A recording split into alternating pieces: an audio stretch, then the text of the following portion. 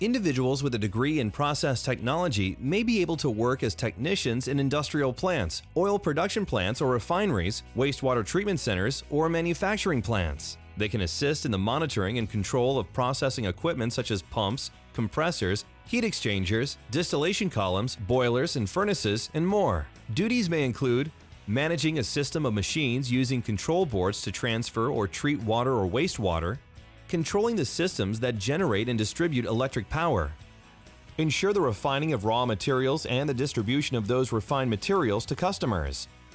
Remington College's Process Technology Associate's Degree program may be completed in as few as 18 months. Course topics include Process Technology Equipment, Process Instrumentation, an Introduction to Chemistry, Safety, Health, and the Environment. At Remington College, students train on industry-based simulators that include instrumentation boards, pumps, compressors, heat exchangers, controls, alarms, and other specialized equipment in our modern labs. Remington College's Process Technology curriculum is approved by the North American Process Technology Alliance.